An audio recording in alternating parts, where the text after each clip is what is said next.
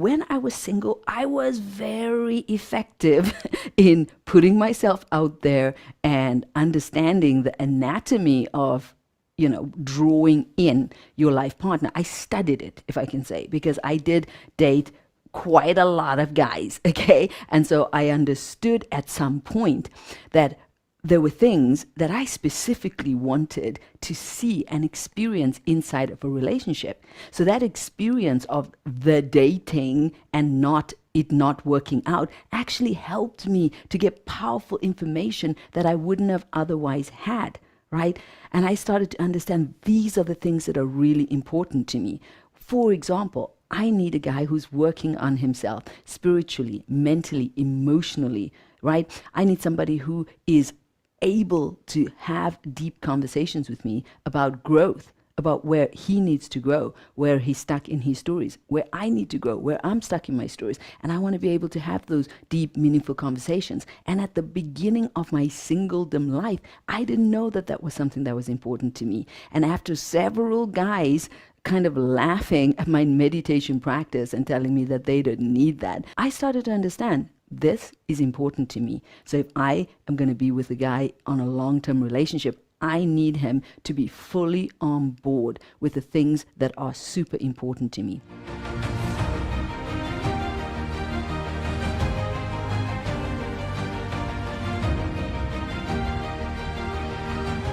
What a joy. Another Truth-Telling Thursday has arrived, and today I want to talk about the truth about being single. Yeah, absolutely. I think this is such an important topic because I know so many single people in our community and outside of our community that are struggling to think how to think about it, how to feel about it, right? So here is the secret that I have for you today that will hopefully help the journey start being really powerful. So I believe that we need to be clear about what we want. What we want wants us, but we need to have the clarity of what it is that we want. And we need to be crystal clear about that.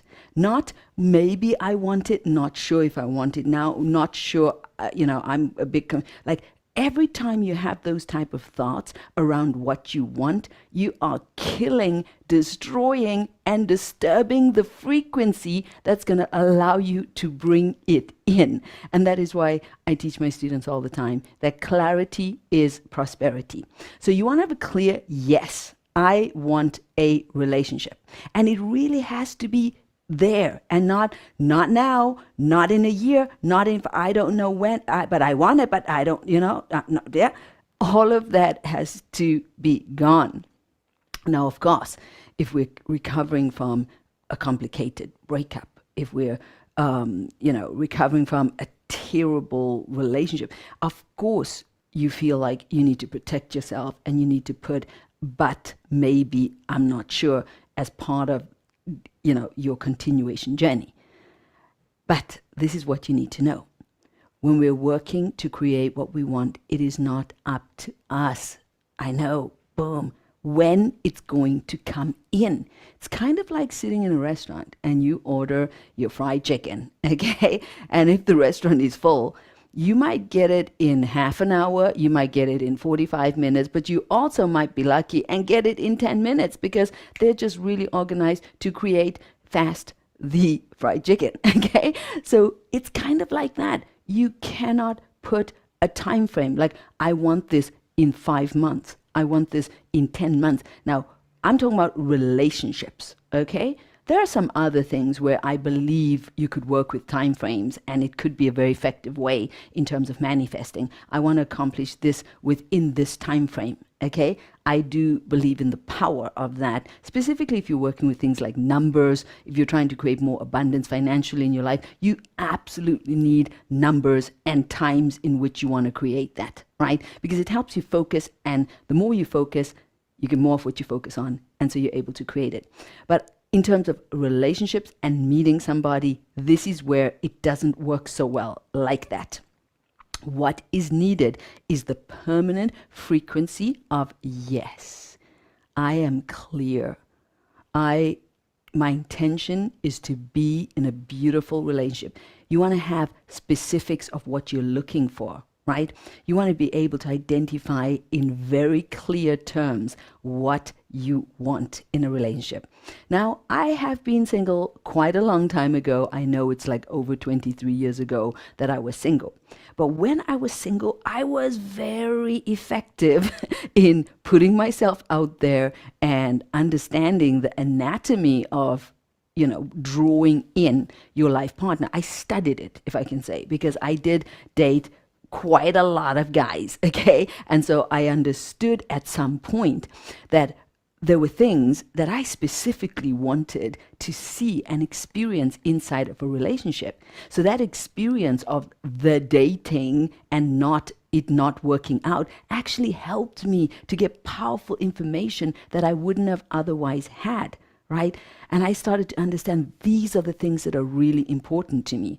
For example, I need a guy who's working on himself spiritually, mentally, emotionally, right? I need somebody who is able to have deep conversations with me about growth, about where he needs to grow, where he's stuck in his stories, where I need to grow, where I'm stuck in my stories. And I want to be able to have those deep, meaningful conversations. And at the beginning of my singledom life, I didn't know that that was something that was important to me. And after several guys kind of laughing at my meditation practice and telling me that they didn't need that, I started to understand this is important to me. So if I am going to be with a guy on a long-term relationship, I need him to be fully on board with the things that are super important to me.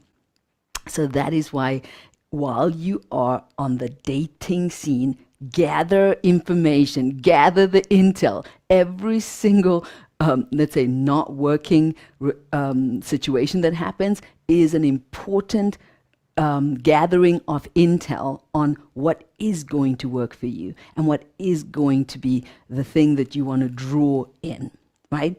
So don't underestimate the power of those not working situations.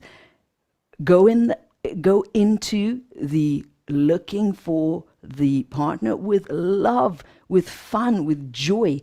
Yeah. Now, in order to do that, we need to be in a different state of mind where we're not even really focused on that. We're focused on living the best life that we can in the here and now. Because at the end of the day, that is all that you really have. All you have is this moment. We have no idea what is going to happen next. We have no idea how much time we have in this body. We came into this world with nothing. We're going to leave with nothing. So it's going to be very, very important to just keep on understanding that point. Elevate your game. When I met my beautiful husband 23 years ago, I felt amazing. I was in one of the best states of mind, emotion of my life. I was flourishing. I was shining. I had been polishing my diamond, my inner diamond, for a while, and I felt fantastic. And I believe that that is why I drew in the quality of the relationship, right? The quality of the person is also depends on the quality of you. So if you elevate yourself, you can meet elevated people. Boom, you're like on the same wavelength. You start vibing, right? And even the, let's say, guys that weren't meant to be with me on longer journeys, they taught me so much about love, about relationships, about myself. I always felt grateful after every encounter that I had because I saw it as a valuable learning opportunity. We can't learn about being in relationships unless we're in relationships. So even the not working ones are so valuable and so important. So I want you to change your attitude around that topic of putting yourself out there, gaining the important intel on what you love about men and what you want to draw into your life, right? And also to feel the gratitude of every encounter, however short. If it's, a date that didn't work out, there's a lot of intel in there as well, right? If it's a 2-week story, there's a lot to get out of that. And another thing that I want you guys to know is that some guys come into our lives to give us gifts. Yeah, to give us transformational gifts. Okay? So I had, for example, a beautiful man come into my life. He was so kind, so loving, so generous. We had so much fun. I learned to laugh in that relationship. I learned what it meant to have a partner with a great sense of humor and just have fun. And so we had amazing fun for 3 months. We were laughing. We had great dinners. It was one of the best experiences I ever had. But after 3 months, it turned out that he wasn't over his ex-girlfriend. And so he went back to her. At first, I was kind of a bit shattered because it was like one of the best relationships I'd had until that point. But then I had the breakthrough. I had the breakthrough and the insight that whatever I felt with that man didn't need to go anywhere. He opened a portal inside that didn't exist before the relationship with him. It didn't exist. I didn't know that I could have fun, laugh, and have such a pleasant and beautiful experience. I honestly did not know that. Crazy, but true.